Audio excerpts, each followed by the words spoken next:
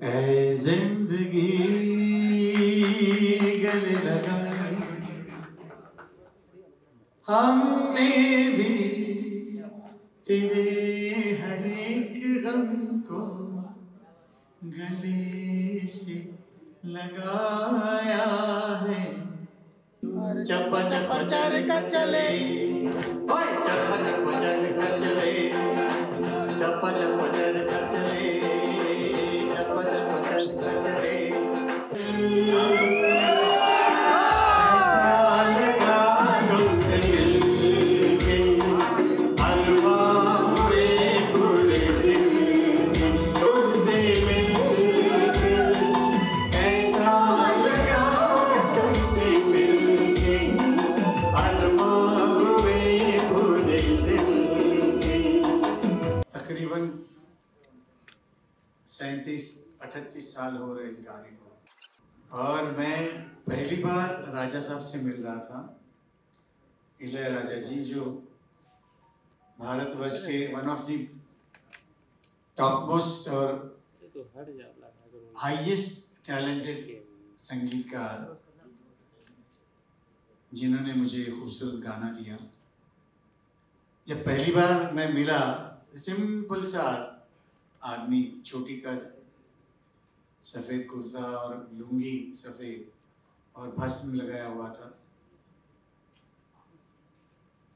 और ऊपर वाला साक्षी है, मैं बहुत ज़्यादा उनके बारे में नहीं जानता था, क्योंकि साउथ इंडियन फिल्म्स की तरफ म्यूजिकली मैं बेध्यान था। एक तो सबसे पहले लैंग्वेज की प्रॉब्लम थी, मगर संगीत तो सारे वर्ल्ड में वही है, सारे गामा पाधा निसा सानी तबा मगारेसा। मगर होता है ना कि एक वर्ड समझ में आए म्यूजिक के साथ साथ, तो उस गाने का ज़्यादा मज़ा आता है। तो राजा साहब को मुझे उत्तम सिंह जी हमारे संगीतकार हैं, और केसी लॉर्ड, वो दोनों जने लेके आए थे कि इनके सदमा के 2 गाने गाने हैं, नई फिल्म है, और पहली हिंदी फिल्म कर रहे थे राजा साहब। मगर इतना मज़ा आया, मुझे याद है ऐ जिंदगी जब गाना रिकॉर्ड हो रहा था, कोई 150-200 म्यूजिशियंस थे, और उसके अलावा गाना सुनने के लिए हमारी इंडस्ट्री के बहुत बड़े बड़े म्यूजिशियंस, कुछ म्यूजिक डायरेक्टर्स खाली गाना सुनने आए थे कि राजा साहब किस तरह काम करते हैं। आप सोचिए वो मंजर क्या होगा। वो बहुत बड़ा उत्सव था फिल्म सेंटर में, और मज़े की बात है कि पहले 2, 2.5, 3 साल, हालांकि ये गाना बहुत पॉपुलर है, ये मुझे मालूम ही नहीं था, ध्यान ही नहीं आया, क्योंकि आप सबकी दुआओं से रोज कभी कभी 3-3, 4-4 गाने गाया करता था मैं, इस स्टूडियो से उस स्टूडियो।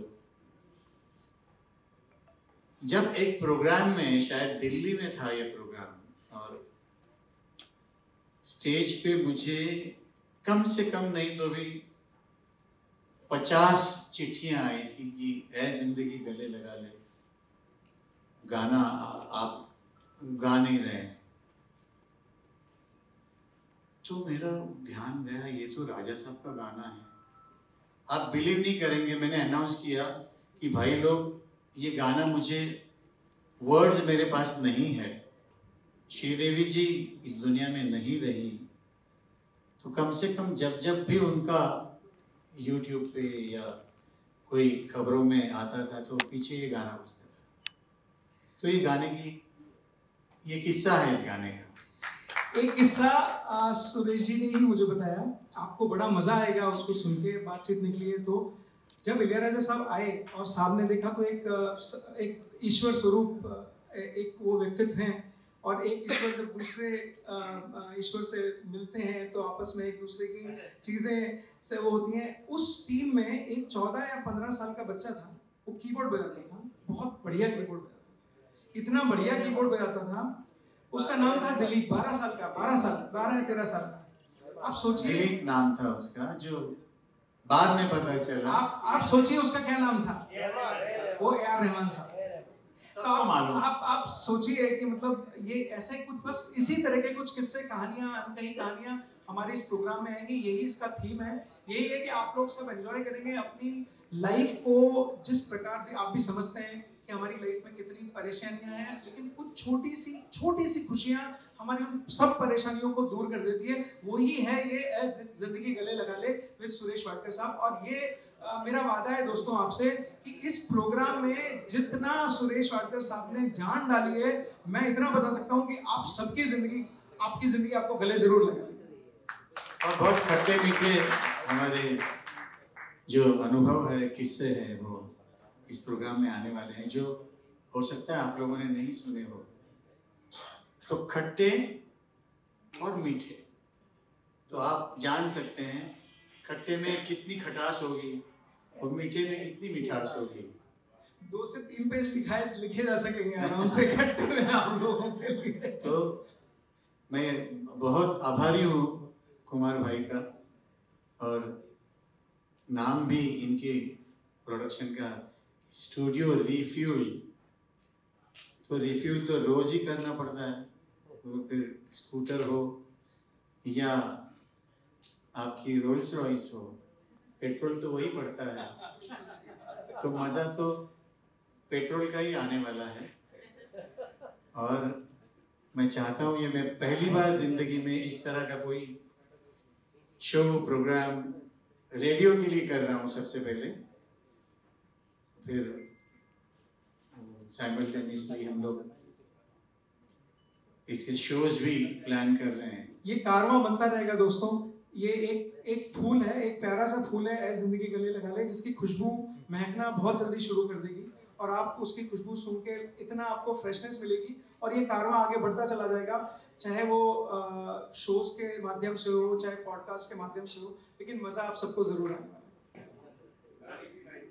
है। ऐ जिंदगी गले लगा ले, हमने भी तेरे हर एक गम को गले से लगाया है ना।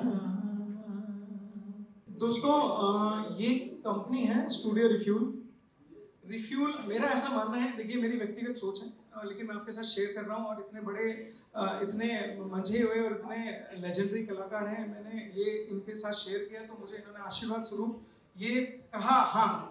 तो आप समझ लीजिए कि ये स्टूडियो रिफ्यूल क्या है सर, कि मेरा ये मानना है कि ऊपर ईश्वर जब हमें नीचे धरती पर भेजता है तो एक फ्यूल डाल के भेजता है कि इतना चलेगा। जो चाबी भर के हम सोचते हैं कि ये चाबी भर के, एक गाना भी था, जितनी चाबी भरी राम ने उतना चला खिलौना। तो वो एक रिफ्यूल भेजते हैं, लेकिन हमारे कुछ परिस्थितियां ऐसी हो जाती हैं कि या तो फ्यूल जल्दी खत्म हो जाता है हमारी लाइफ से, या वो हम इधर उधर कहीं लगा देते हैं। तो सेकंड रिफ्यूल हमारे पास कहाँ से आएगा? धरती पर हमें ऊपर दोबारा जा नहीं सकते और ऊपर जाएंगे तो दोबारा नीचे आ नहीं सकते। तो सेकंड रिफ्यूल जो है वो है संगीत। मेरा मानना यह है कि संगीत में इतनी ताकत है, इतनी ताकत है, इतनी ताकत है कि जो सुर है ये आपकी जिंदगी के हर जगह अंग बन के आपके शरीर में रहते हैं। आप सा बोलेंगे तो आपका एक अंग काम करेगा, रे बोलेंगे। मेरा मानना है, और इस संगीत के इतने बड़े महान गुरु जिनको बोल सकते हैं, जो इस संस्कृति को आगे बढ़ाने जा रहे हैं और इस संस्कृति को पूरे जोर शोर से आगे बढ़ा रहे हैं। तो मेरा ये मानना है कि स्टूडियो रिफ्यूल का मतलब सिर्फ ये था कि आप सब लोगों को जो आप डिजर्व करते हैं ऐसा संगीत दोबारा से दिया जाए, और इसी मुहिम को लेके हम लोगों ने ये शुरू किया दोस्तों। और ये फ्यूल जो है तो कभी ना खत्म होने वाला फ्यूल है। जो सुर का फ्यूल होता है ना, ये उसको स्टार्टर भी नहीं लगाना पड़ता है, तो अपने आप चल पड़ता है। तो ये क्योंकि अध्यात्म के साथ गाना बजाना जुड़ा हुआ है, बर्थडे ये बहुत अच्छा और बहुत खूबसूरत कोइंसिडेंस हुआ है। सडनली कुमार जी और रमन भाई आए मेरे पास, सुरेश जी हम लोग ऐसा ऐसा, तो 2 सेकंड के लिए मुझे लगा कि अरे वाह, ये तो बहुत ही अच्छी बात है। और रेडियो के लिए मैंने कभी फौजी भाइयों के लिए गया था, या कोई इंटरव्यू हो उसके लिए गया था, मगर ये प्रोग्राम जो होगा कि मैं अपने खट्टे मीठे किस्से गानों के साथ मैं लोगों को सुनाऊंगा। और ऐसे गाने हैं जो लोगों ने सुने होते हैं। बहुत बाज़ वक्त ऐसी चीज़ें होती है कि मैं कहीं जाता हूँ और समझ लीजिए इंडिया में भी या इंडिया के बाहर कोई गाना गाता हूँ तो सडनली लोग एक दूसरे को देखते हैं, अच्छा ये इन्होंने गाया हुआ है। तो ये कब पॉसिबल होता है? जब आपके गाने रेडियो पे बहुत ज़्यादा बजे जाते हैं। दोस्तों ये बहुत बड़ा सच है, रेडियो हमारी जिंदगी का एक इतना बड़ा आयाम है। मेरा ये मानना है कि कोई भी किसी भी तरह के क्वालिटी का चीज़ आप रिपीटेटिव बजाएं तो एक पल को ये लगने लगता है कि हाँ ये अच्छा है, लेकिन आप अच्छी चीज़ को, बेहतरीन चीज़ को और इतनी सुरीली चीज़ को आप बार बार बजाएं तो यही इसकी मर्म है, यही इस प्रोग्राम की आत्मा है कि किसी भी प्रकार से ये प्रोग्राम रेडियो पर आए, आप वो सुरीले गाने, वो सुरीला संगीत दोबारा से सुनना शुरू करें। ये मुहिम में आप सब लोगों का साथ 95% हैं जो दूसरा कंटेंट देते हैं, मैं उसके बारे में कुछ ज़्यादा नहीं बोलूँगा, लेकिन हम 5% में से हैं। अब ये 5% कैसे उन 95% को जीत पाए, उसमें सिर्फ और एक ही साथ दे सकते हैं, वो सब आप लोग हैं। मैं आप लोगों से ये गुजारिश करूंगा दोस्तों कि इस पूरे प्रोग्राम का मर्म समझें, सुरेश जी की एक साधना समझें इसको, कि वो इस अपने हर एक क्षण को वो संगीत के साथ जीना चाहते हैं। मैं ये चाहता हूँ कि सुरेश जी का कल बर्थडे, हम सुरेश जी के साथ जीवन भर रहे, उनकी उम्र हमारी सबकी उम्र भी लग जाए, वो इतना आगे व्यक्तित्व को बढ़ाएं और इस मुहिम को इतना आगे चलाएं। बस ये सब आप लोगों का आशीर्वाद, आप सबों की दुआ से है। इसके लिए मैं आपसे बहुत बहुत धन्यवाद बोलता हूँ आपको, और ये आप साथ दें इस मुहिम में तो हम लोग आगे बढ़ जाएंगे। और हमारे बेटों जैसा है, पद्मा को तो अभी भी वो मॉम ही बोलता है, क्योंकि उसकी फेम गुरुकुल में ये उसकी मेंटर थी। क्या बात है। सबसे ज्यादा दुख लगा जिस दिन उसको इन्होंने निकाल दिया 5वें नंबर पे, 6ठे नंबर पे। पद्मा इतना रोई थी आके घर में, और मुझे रोज कहती थी कि सुरेश जी आप उस लड़के को सुने आप, क्योंकि वो सही में म्यूजिकल दुनिया में अपने आप में ही मस्त रहता था। वो बाकी के बच्चे हो सकता है मस्ती कर रहे हुए उधर, ये एक कोना पकड़ के सुरमंडल लेके गाने का रियाज करते बैठता था। जब उसका मैंने गाना सुना ऐ जिंदगी, बहुत खूबसूरत लगा। उसने अपनी आवाज में एक बहुत खूबसूरत उसका गुलाब बनाया था उसने, जो हमको बहुत अच्छा लगा। भगवान उसकी हमेशा रक्षा करें और वो भरपूर गाते रहे, ये हमारी ख्वाहिश है और उसका आशीर्वाद है। रिवील अभी इसलिए नहीं कर रहा हूँ कि कुछ चीज़ें पर्दे के पीछे रहें तो उनका आनंद कुछ और ही आता है। तो अभी ये एपिसोड्स अगले वीक से बनना शुरू होंगे, लगभग 200 एपिसोड हम लोग बना रहे हैं। ये प्रोग्राम दर्शकों के सामने या रेडियो पे जब भी है, ये मेरे ख्याल से आप ये मान के चलिए कि दिवाली का हम आप सबके लिए गिफ्ट होगा। बट किस चैनल पे आएगा ये शायद ऐसी एक प्रेस कॉन्फ्रेंस हम करेंगे, उस टाइम पे हम रिवील करेंगे। वो सीख होगी इतने बड़े लेजेंडरी इंसान, जिसके लिए खट्टी होगी ना उसकी जिंदगी बन जाएगी। क्यों? क्योंकि उसको किसी ने बोला नहीं कि जब आदमी कलाकार बहुत बड़ा बन जाता है, बहुत आगे बढ़ जाता है, तो उसकी कमियां किसी को नजर नहीं आती, उसकी अच्छाइयां नजर आती। लेकिन इतना बड़ा लेजेंडरी एक व्यक्ति जब वो खट्टी बात बोलेगा तो वो इतना इतना ज्यादा, मतलब उसको कहते हैं ना चंदन और पानी में सब कुछ हो जाएंगे, उनकी ग्रोथ और बढ़ जाएगी इससे। देखिए ये सब माता और पिता का आशीर्वाद होता है, हम तो कुछ होते नहीं है, जीन्स होते हैं। आप जो पिताजी, मेरे पिताजी कथावाचक थे और बड़े सुरीले गीत भजन गाया करते थे, उसी तर्ज पर हम लोग कुछ आगे बढ़े। लेकिन जीवन देखा जाए तो बहुत कठिन है और देखा जाए तो बहुत सरल भी है। आप कैसे अपनाते हैं इस बात को आपको देखना होता है। बट कठिनाइयों का जो जीवन होता है उसमें बहुत कुछ सीख मिल जाती है इंसान को। तो ये यूँ मान लीजिए कि जैसे किसी को जीन्स में डायबिटीज होती है, किसी को वो होती है। मुझे संगीत नहीं आता है, मैं इतना ज्ञान नहीं रखता संगीत का, लेकिन हाँ मैं संगीत के लिए जीता हूँ। ये प्रोग्राम यहाँ आना, सुरेश जी तक मुझे पहुँचाना, रमन भाई का माध्यम, सचिन भाई का माध्यम यहाँ तक ले आया, तो मैं खुद नहीं आया, ये किसी ईश्वर की लीला है जिसको मैं सिर्फ, उन्होंने मेरी उंगली पकड़ी और मैं यहाँ तक चलाया। इसमें मेरा कोई योगदान नहीं है, कोई भी योगदान नहीं है सर। मुझे जिस जिस लायक ईश्वर ने बनाया, मेरे माता पिता ने बनाया या मेरे दोस्तों ने बनाया, मैं उसी तर्ज पर आगे बढ़ रहा हूँ।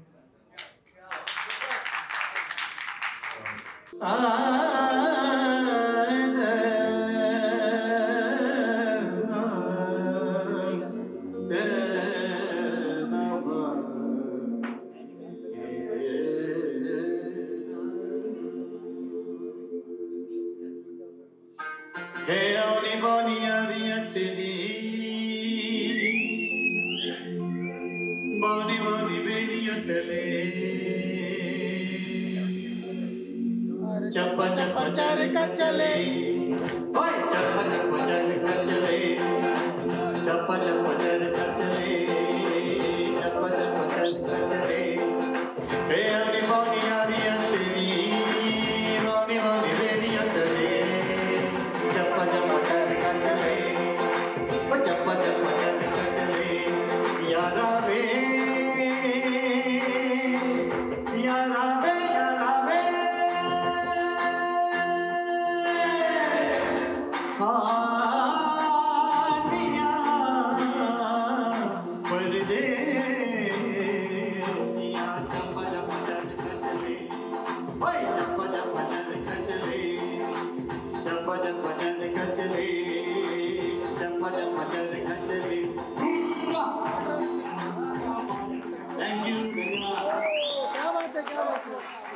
अच्छा गा सकता है अगर मैं इसको गाना सीखवाऊं, मगर हम लोग अफोर्ड नहीं कर सकते थे, तो मुझे गुरुजी के पास लाके उन्होंने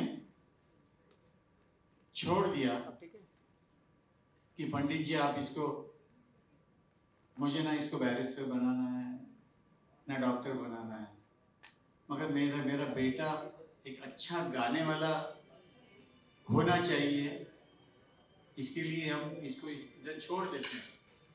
हम लोग कभी आएंगे नहीं, पूछेंगे भी नहीं, बस आप इसको गाना सिखा दीजिए। तो मैं बड़ा भाग्यशाली हूँ कि मेरे मदर फादर ने ये मेरे लिए सोचा। तो उन्होंने कभी किसी से एक नया पैसा फीस नहीं ली। पहली बैच वो म्यूनिसिपल स्कूल से लाए थे। ऐसे ही मैं 8 या 9 साल का था तब उनके पास गया। फिर जिसको सदगुरु मिल जाता है जिंदगी में, उसको सब कुछ मिल जाता है। तो मैं गुरु घर में रह के गाना सीखा, मेरी पढ़ाई लिखाई पूरी की। तो गुरुजी के जाने के बाद मैंने सोचा कि कहाँ कश्मीर से आए थे, हम बच्चों को अपने पैरों पे खड़ा किया है इन्होंने। तो ये जो उन्होंने पेड़ लगाया है, इसको अभी सींचना, बड़ा करना हमारा धर्म है। तो म्यूजिक स्कूल जो आजीवासन आते रहते हैं शायद, बिल्कुल उसका निर्माण हुआ। आज वहाँ 2-2.5 हजार बच्चे गाना बजाना सीखते हैं। उसी में से मेरे बहुत सारे स्टूडेंट्स जो आप लोग सुन रहे हैं इन दिनों, स्वप्निल बांदोड़कर है, विजय प्रकाश है, राहुल वैद्य है, हमारा श्रेयस पुराणिक है, रविकांत त्रिपाठी है, और अभी आपने नया सुपरस्टार अथर्व बख्शी जो अभी अभी जीता है, वो मेरे आजीवासन का ही स्टूडेंट है। तो सोचिए हमने ये बीड़ा उठाया है कि नई जनरेशन हम हमारे सुनने वालों के लिए इस दुनिया में लाए। तो ये हमारा बेसिक,